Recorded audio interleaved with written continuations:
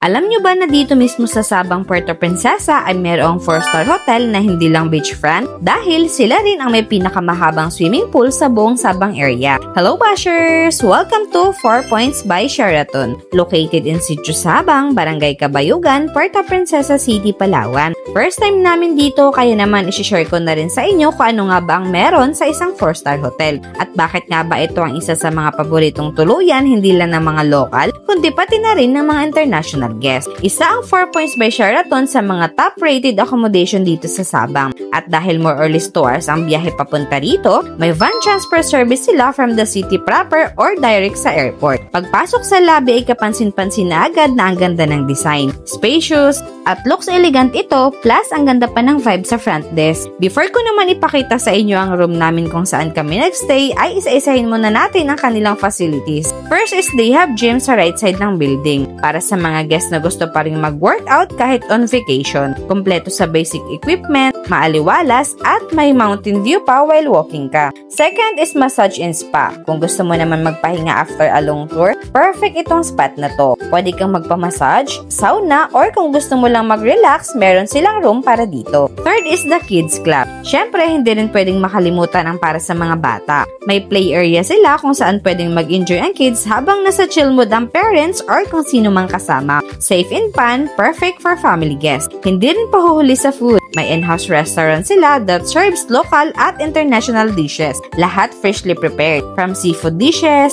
Filipino favorites to their refreshing drinks. Sakto pa ngang Halloween time nung nagstay kami, kaya ito yung inabutan namin ng dinner time. At syempre, isa sa mga standout features nila, of course, itong mahaba nilang pool.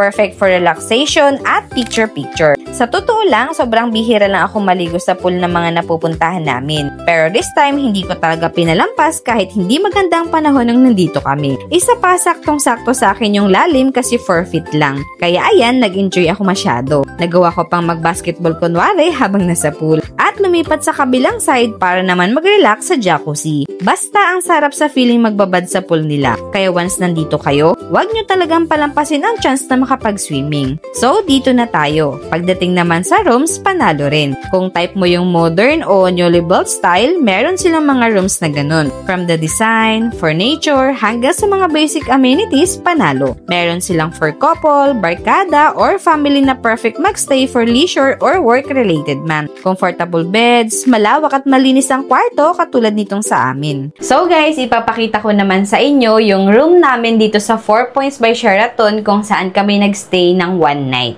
So dito sa left side ko is nandito ang kanilang comfort room na kompleto na rin yan sa toiletries and then separate yung kanyang shower room. Dito naman sa right side ko, nandito yung malaking mirror, whole body mirror na perfect sa ating mga girls. And then meron din ditong kasamang heater, meron ng complimentary coffee and water, and then meron silang pa-welcome na pastillas. Dito naman sa right side ko, nandito yung mga hanger nila kung saan nyo pwede ihang yung mga dress nyo. Merong fridge, merong safety deposit box, and nandito na din yung slipper and yung laundry bag. So, sa bed naman, is ganito yung bed namin kahapon. Ayan, may pa welcome to 4 Point Sheraton po sila. May pa-design sila dyan sa bed. And then, dito yung napakalaking smart TV and also working po yan. Ayan, and then dito naman may working desk. And then dito sa kabilang side may upuan din dito kung saan pwede kayong mag-chill muna kung ayaw nyo pang mahiga doon sa bed. At alam nyo ba kung anong gusto ko dito sa room namin is yung kanilang door ay automatic na siya. Once na binuksan mo siya papunta doon sa pool ay nag-go off na yung aircon. So, check natin. Ayan. So, buksan ko muna itong cortina. And then, ito yung view. Ayan. So, yan yung view namin dito sa room. And then, kapag inopen ko to,